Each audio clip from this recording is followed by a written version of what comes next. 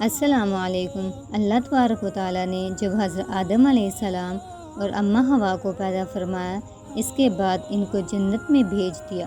وہ دونوں جنت میں بہت ہی پرسکون رہتے تھے، بہت ہی لذیذ میوے پھل کھایا کرتے تھے، لیکن ایک اناج جس کو کھانے سے اللہ پاک نے انہیں منع فرمایا، وہ اناج گندم تھا۔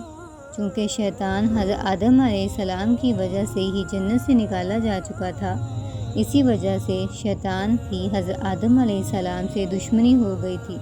شیطان یہ چاہتا تھا کہ وہ کسی بھی طرح حضرت آدم علیہ السلام کو جنت سے نکال دے اور ساتھ میں اماں حوا کو بھی جنت سے نکال دے۔ جب شیطان کو یہ خبر ہوئی کہ حضرت آدم علیہ السلام کو تمام میوے کھانے کی اجازت ہے لیکن گندم کھانے کی اجازت نہیں، تو شیطان انتقام کی آگ دل میں لیے جنت کے دروازے کے پاس بیٹھ گیا اور 300 سال تک وہاں پر بیٹھا رہا کہ کوئی جنت کے دروازے سے باہر آیا اور شیطان اس سے بات کر سکے۔ ایک دن اچانک سے مور جنت سے باہر آ گیا۔ شیطان اس کو دیکھتے ہی بہت خوش ہو گیا۔ شیطان نے پوچھا، اے خوبصورت پرندے، تم کون ہو؟ میں مور ہوں، اب تم اپنا تعارف کرواؤ۔ شیطان نے جواب دیا کہ میں عالم قربیہ کا ایک فرشتہ ہوں، میں اللہ پاک کی عبادت سے ایک پل بھی غافل نہیں ہوں۔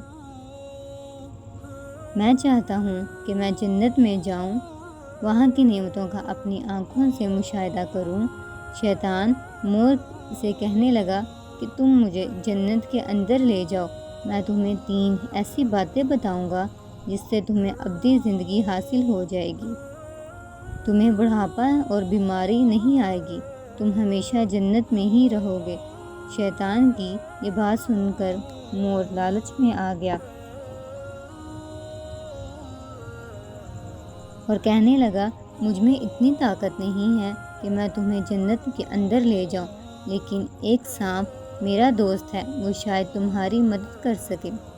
یہ کہہ کر مور سانپ کے پاس آیا، اس کو ساری بات بتائی۔ سانپ بھی شیطان کی باتوں میں آ گیا اور بہت خوش ہوا۔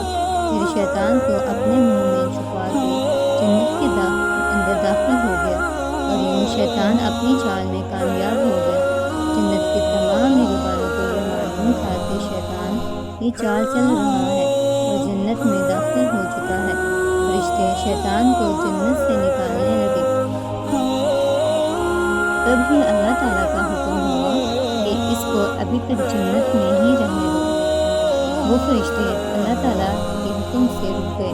شاید یہ حضرت آدم علیہ السلام کا امتحان تھا۔ شیطان حضرت آدم علیہ السلام کے پاس اور اماں حوا کے پاس جا کر اپنی محبت کا اظہار کرنے لگا۔ وہ دونوں ہی شیطان کو پہچان نہ سکے کیونکہ ماضی کے مقابلے میں شیطان کی شکل تبدیل ہو چکی تھی۔ شیطان کہنے لگا کہ میں چاہتا ہوں کہ آپ دونوں ہمیشہ جنت میں اس طرح زندگی گزاریں، ہمیشہ خوش رہیں۔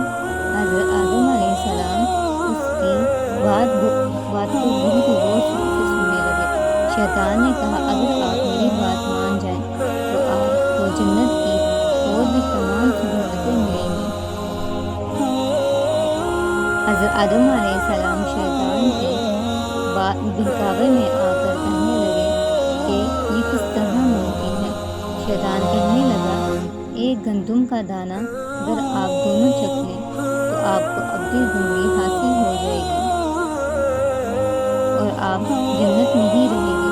یہ بات سن کر حضرت آدم علیہ السلام کے دل میں رجحان پیدا ہوا، لیکن ان کے دل میں اللہ کی نافرمانی کا خوف غالب آ گیا۔ جبکہ اماں حوا شیطان کی باتوں میں آ گئی، جس پر اماں حوا نے حضرت آدم علیہ السلام کو راضی کر دیا۔ پھر اس کے بعد ان دونوں نے اس گندم کے دانے کو چکھ لیا۔ جیسے ہی گندم کا دانہ ان کے اندر گیا تو دونوں کی شکل واضح ہو گئی، جس کے بعد دونوں اپنی شکل چھپانے لگے اور خوف خدا سے کانپنے لگے۔ اسی دوران اللہ تبارک و تعالیٰ نے فرشتوں کو یہ حکم دیا کہ حضرت آدم علیہ السلام اور اماں ہوا دونوں کو زمین پر اتار دو۔ حضرت آدم علیہ السلام کو سری لنکا کے قریب نیچے زمین پہ بھیج دیا، جبکہ اماں ہوا کو جدہ کے سرزمین پر اتارا گیا۔ جن خوبصورت پرکاروں سے چل کر مور شیطان کو جنت کے اندر لے آیا تھا، وہی خوبصورت پاؤں اللہ پاک نے مور سے لے لیے۔ سانپ جو اپنے منہ میں شیطان کو چھپا کر لایا تھا، اس کے منہ کی خوبصورت خوشبو کو چھین کر اس میں زہر ڈال دیا گیا، پھر مور کے ساتھ سانپ کو بھی جنت سے نکال دیا۔